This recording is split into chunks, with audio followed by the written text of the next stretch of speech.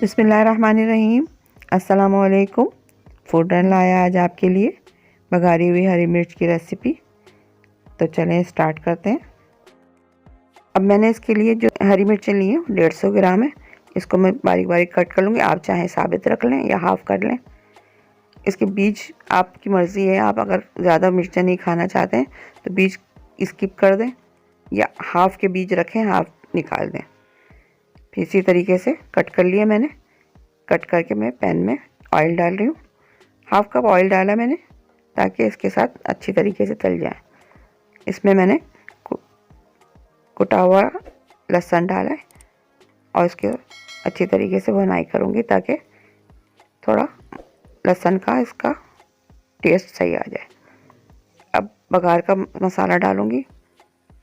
मेथी दाना, राई दाना और कलौंजी, तीनों चीज़ें डाल के इसके साथ ही मैंने ज़ीरा डाला है और कड़ी पत्ते की लीव्स डाल दी हैं। ये सारा अचार का मसाला है।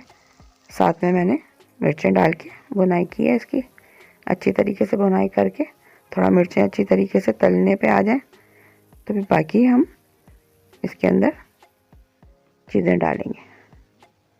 साथ में मैंने हल्दी पाउडर डाला है। हल्दी पाउडर डाल के नमक डाल दिए साथ में 1 चमचा, और साथ में मैंने ज़ीरा और धनिया है, इसको रोस्ट किया हुआ और थोड़ा हाथ से मसल के हम डालेंगे। इसका टेस्ट बहुत अच्छा आता है। साथ में सौंफ भी डाली है थोड़ी, और इसको भी हाथ से क्रश करके डालिए। आप अपनी तरह से जैसे भी चाहें इस्तेमाल कर सकते हैं। वैसे ये तरीका अब इस्तेमाल करेंगे आप इसी तरीके से तो आपकी चीज़ बहुत अच्छी बनेगी। लाल मिर्च में ये आपके ऑप्शनल है, आप चाहें तो डालें क्योंकि तेज़ हो जाएंगी इससे। आप जिस तरीके से तेज़ खाना चाहें तो डाल लें, नहीं तो स्किप कर दें। थोड़ा सा पानी ऐड किया मैंने ताकि मसाला भी नहीं जले और थोड़ी मिर्चें नरम पड़ जाएंगी इसकी।